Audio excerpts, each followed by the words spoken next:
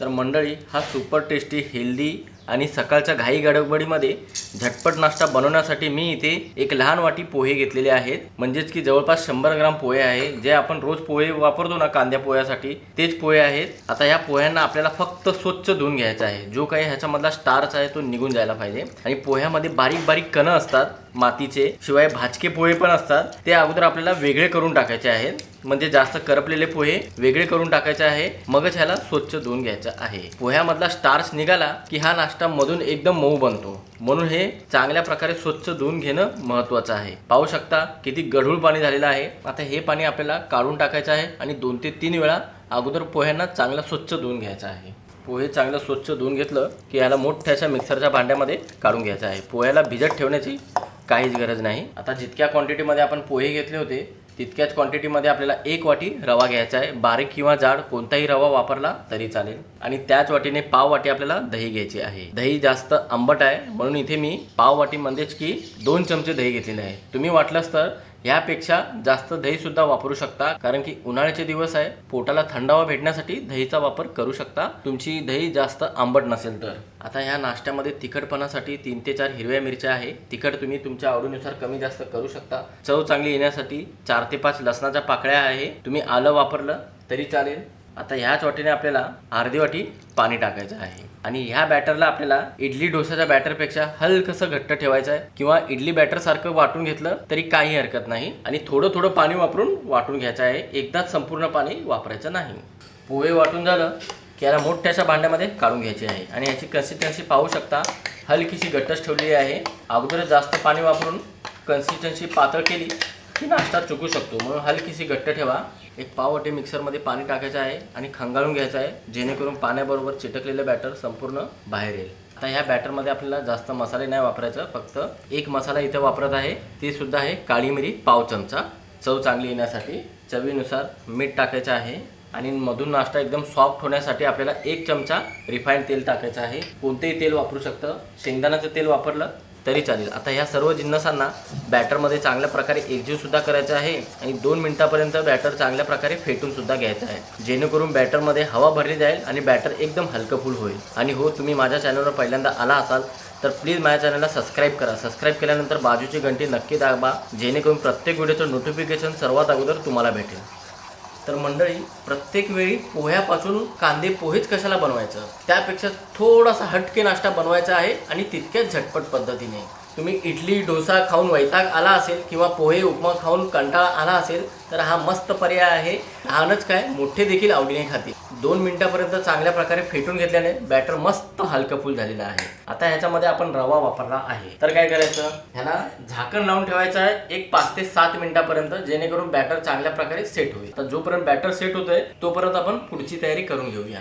जितक्या झटपट पद्धतीने नाश्ता बनणार आहे तितक्याच झटपट पद्धतीने आपण चविष्ट चटणी बनवू. त्यासाठी एखादा पॅन किंवा कढाईमध्ये 2 ते 3 चमचे तेल गरम करून घ्या आणि त्याच्यामध्ये 1 चमचा चण्याची डाळ, 1 चमचा उडदाची डाळ, पाव चमचा हिंग टाकायचे आहे. आणि ह्या डाळींना फक्त आपल्याला 1 मिनिटापर्यंत परतून घ्यायचं आहे. आणि गॅसला मंद ठेवून परतून घ्यायचं बरं का. डाळीचा हलकासा रंग वेगळा होईपर्यंत परतून घ्यायचा आहे, जास्त ओव्हर कुकिंग होऊ देऊ नका. पाहू शकता, फक्त 1 मिनिटापर्यंत परतून घेतलं की डाळीचा हलकासा रंग बदामी आलेला आहे. आता इथे यावेळेस आपल्याला एक लहान आकाराचा कांदा असा उभा कापून घ्यायचा आहे, बारीक कापून घेण्याची गरज नाही. सोबतच 3 ते 4 लसणाच्या पाकळ्या, बारीक कापलेली कोथिंबीर टाकायची आहे.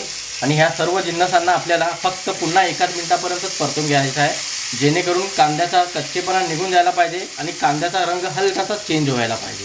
तर मंडळी, 1 मिनिटापर्यंत कांद्याला सुद्धा परतून घेतल्याने कांद्याचा हलकासा रंग चेंज झालेला आहे. म्हणजे कांदे ट्रान्सपरंट दिसायला लागले की ह्याच्यामध्ये आपल्याला एक लहान आकाराचा टमाटर बारीक कापून घ्यायचा आहे, किंवा जाडसर कापून घेतलं तरी चालेल. आणि सोबतच 2 ते 3 काश्मीरी सुक्या मिरच्या वापरत आहे, फक्त रंग चांगला येण्यासाठी आहे बरं का, जास्त तिखट नसतात ह्या.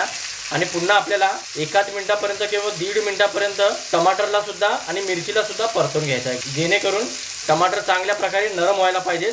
सुरुवातीपासून आतापर्यंत स्टेप बाय स्टेप सर्व जिन्नस 3 ते 4 मिनिटापर्यंत मी परतून घेतलेला आहे. अशा पद्धतीने परतून घेतलं की कोणताही जिन्नस ओव्हर कुकिंग होत नाही, म्हणजेच की करपून जात नाही आणि चटणीचा फ्लेवर बिघडणार सुद्धा नाही. तर सर्व मसाले चांगल्या प्रकारे परतून झाले की आता गॅस बंद करायचा आहे आणि अगोदर ह्या मसाल्यांना चांगल्या प्रकारे थंड करून घ्यायचा आहे.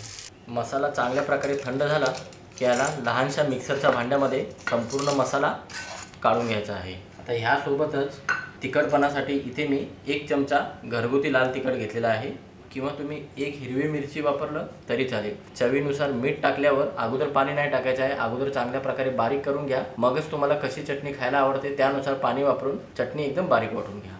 तर मंडळी पाहू शकता थोडं पाणी वापरून अशा पद्धतीने मी मीडियम कन्सिस्टन्सीमध्ये चटणी बनवून घेतलेली आहे। आता तुम्ही ह्या चटणीला फोडणी नाही दिली तरी चालेल, कारण की सर्व जिन्नस आपण परतून घेतलेले आहेत। हे अशीच एकदम टेस्टी लागणार आणि जास्त वेळ टिकून सुद्धा राहणार। चटणी तयार झाली की थोडा वेळ आपण याला बाजूला ठेवू आणि फटाफट नाश्ता बनवायला घेऊ। एक 4 ते 5 मिनिटं झालेले झाकण काढायचे आहे। रवा वापरला आहे तर रव्याला हलकासा घट्टपणा येतो, कारण की रवा भिजल्यानंतर थोडासा फुलतो आणि एक्स्ट्रा पाणी शोषून घेतं। कन्सिस्टन्सी तशी तर परफेक्ट झालेली आहे, पण अर्धा ते 1 चमचा पाणी वापरावा लागेल। आता याच्यामध्ये आपल्याला नाश्ता मधून एकदम जाळीदार आणि मऊ होण्यासाठी, शिवाय थोडासा टम्म फुगण्यासाठी इथे आपल्याला सोडा नाही वापरायचा।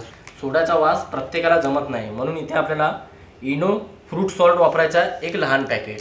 आणि आता इथे आपल्याला अर्धा चमचा पाणी टाकायचं आहे किंवा काही थेंब पाणी टाका आणि हलक्या हाताने काही सेकंद एका बाजूने फेटून घ्या। जास्त जोर लावून फेटून घेऊ नका, कारण की आपण इनो वापरलेला आहे। इनो लवकरात लवकर डिॲक्टिवेट होतो, म्हणजे ह्याचा ॲक्टिवनेस उडून जातो जास्त जोर लावून फेटून घेतल्यामुळे। आणि इनो टाकल्या लगेच आपल्याला नाश्ता बनवायला घ्यायचा आहे। इथे आपल्याला टाइमपास नाही करायचा आहे। बॅटर पूर्ण तयार झालं की असं आपल्याला स्टीमर घ्यायचं आहे किंवा एखादी मोठीशी प्लेट घ्या, अशी खोलगट प्लेट घ्या आणि आतील बाजूला आपल्याला तेल लावून घ्यायचं आहे। पूर्ण बॅटर ह्या स्टीमरमध्ये काढून घ्यायचं आहे आणि हलक्या हाताने ह्याला टॅप करायचं आहे, म्हणजे मोकळी हवा निघून जाईल आणि बॅटर सर्वत्र चांगल्या प्रकारे पसरलं जाईल। तर इथे अगोदरच भांड्यामध्ये 2 ग्लास पाणी घेऊन आणि पाणी चांगलं गरम झाल्यावरच आपल्याला ह्याच्यामध्ये स्टीमरची प्लेट हलक्या हाताने ठेवायची आहे। ही झाली 1 प्लेट। अशा 2 स्टीमर भरून प्लेट झालेल्या आहेत। जितकी मी तुम्हाला क्वांटिटी दाखवलेली आहे सर्व जिन्नसांची त्यानुसार बनवणार तर 2 प्लेट भरून बॅटर होणार। आता झाकण लावायचं आहे, गॅस फास्ट करायचा आहे आणि 10 मिनिटापर्यंत वाफवून घ्यायचं आहे। तर मंडळी बरोबर 10 मिनिटं झालेली आहेत, झाकण काढायचं आहे। तर मंडळी पाहू शकता मस्तपैकी नाश्ता वाफला गेलेला आहे आणि पोहे वापरल्यामुळे हा नाश्ता जास्त टम्म फुगत नाही, पण मधून एकदम मऊ होतो आणि लुसलुशीत होतो। आता काय करायचं, दोन्ही स्टीमर काढायचे आहे आणि चांगल्या प्रकारे अगोदर थंड करून घ्यायचं आहे। तर मंडळी स्टीमर पेट चांगल्या प्रकारे थंड झाल्यावरच ह्याला मधल्यामध्ये आकार द्यायचा आहे। अगोदर आपल्याला चारी बाजूने कट मारून घ्यायचा आहे। एकदम सिंपल आणि सोबर आकार आहे।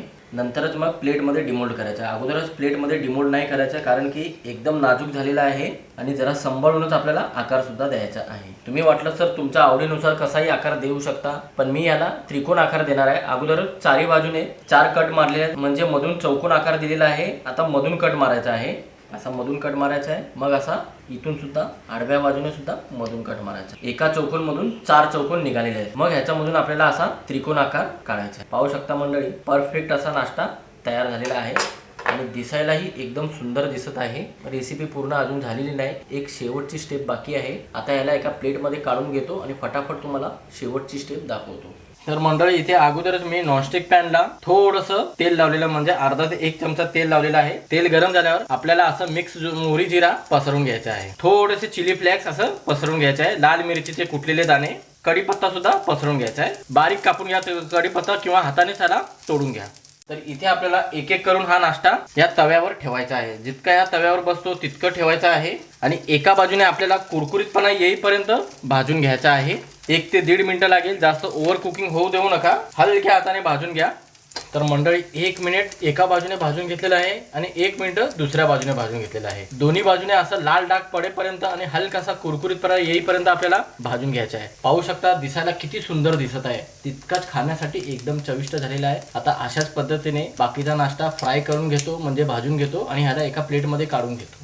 तर मंडळी तुम्ही इडली ढोकळा तर प्रत्येक वेळी खातातच, पण इडली ढोकळ्यापेक्षा जास्त मऊ तुम्ही लाईव्ह ढोकळा खाल्ला असाल किंवा इदडा रेसिपी खाल्ला असाल, त्याच्या सारखा हुबेहूब पोह्याचा नाश्ता हा तुम्ही खाऊ शकता। बाहेरून एकदम मस्त कुरकुरीतपणा आलेला आहे आणि मधून एकदम मऊ। एकदा ही रेसिपी बनवून पहा मंडळी, तुम्ही पोहे, इडली, डोसा, उपमा, ढोकळा सर्व नाश्ते विसरून जाल आणि हीच रेसिपी नक्की खाल। जिभेवर ठेवताच विरघळणारा हा नाश्ता प्रत्येकाला भरपूर आवडेल। आणि पाहिलं ना मंडळी काय मस्त वाफला गेलेला आहे आणि जबरदस्त असा चविष्ट झालेला आहे। दिसायला जितका सुंदर आहे तितकाच खाण्यासाठी अप्रतिम। चला तर मंडळी अशाच नवनवीन रेसिपीसह पुन्हा एकदा भेटूया. धन्यवाद.